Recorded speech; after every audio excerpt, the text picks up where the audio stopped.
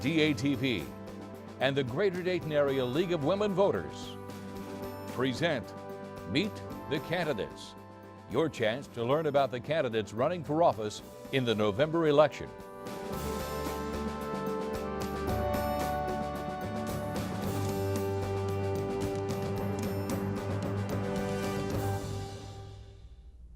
Hi, I'm Patty Skilgan, a proud member of the League of Women Voters of the Greater Dayton Area.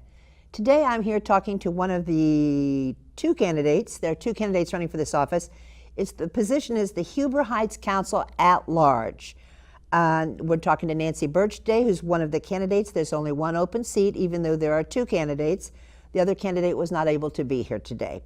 We're going to start giving Nancy a couple of minutes to tell her a little bit about herself. Oh, let me tell you one more thing. I forgot. The salary for this job is $3,600 a year, not a fortune, so these people are being very generous with their time. We're going to start by giving Nancy 2 minutes to make an opening statement, tell the voters what she's all about. Nancy, you're on. Thank you. Thank you to the League of Women Voters and to DATV for doing this. My name is Nancy Birch. I am the current Council 5 ward member, and I am running for the at-large position so that I can represent more effectively all of Huber Heights, not just my ward. I retired from Wright-Patterson Air Force Base after 30 years of service. I successfully ran a small business for about 10 years. I have volunteered extensively for over 10 years with services including an assignment several years on the Board of Zoning Appeals. I support the Fish Food Pantry. I have volunteered at the Huber Heights City Schools for about 4 years, and I have for over 10 years provided free tax service for seniors and low-income taxpayers through the AARP tax aid program. I support strongly public service, public safety, community development, including both residential and business,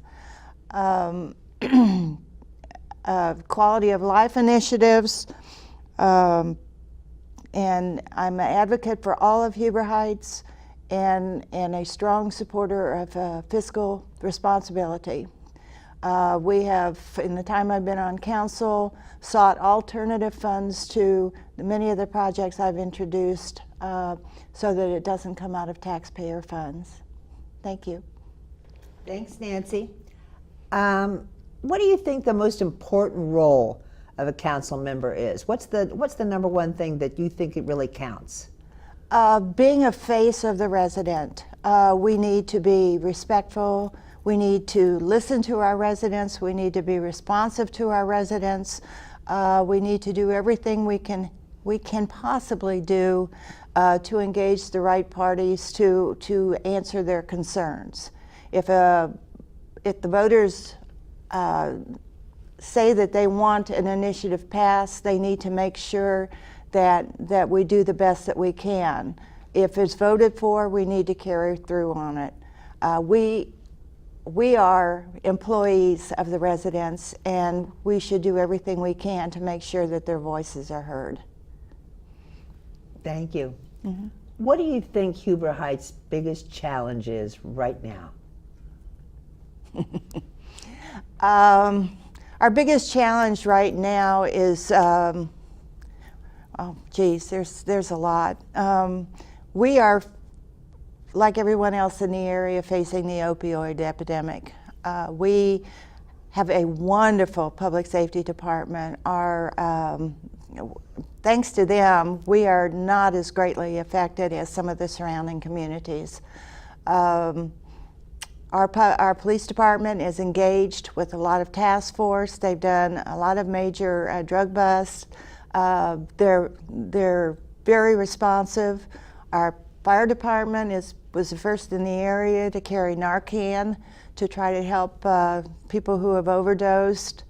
We have the Miami Valley Young Marines, which are getting the message out to the young people about the dangers of drugs. And we have a lot of community services that are there to assist those people that need the help. So I believe that even though it is a huge challenge in our city, that our public safety people are doing a phenomenal job of addressing that. Sounds like it, especially you're dealing really right up front with the opioid problem, aren't you? Yes, we are. Good for you guys. Yeah. Food insecurity, you mentioned that briefly in your opening statement. I'm defining food insecurity as somebody who doesn't know when, if, or how their next meal is coming. They just don't know. Tell us a little bit about your work with that.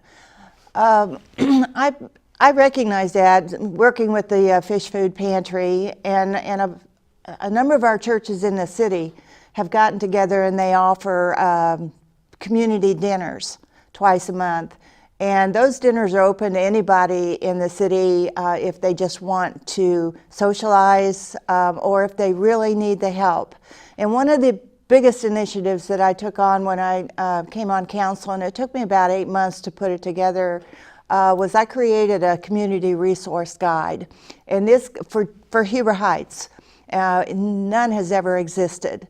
And so I met with a lot of not only public safety, but social agencies, the churches, just anyone that had any connection with dealing with the people who are hungry, poor, faced a crisis or whatever. And I put this community resource guide together so that if they need help with food, clothing, if they have a parent or someone that has Alzheimer's, if they have drug problems, if they are tempted to suicide, we have hotline numbers.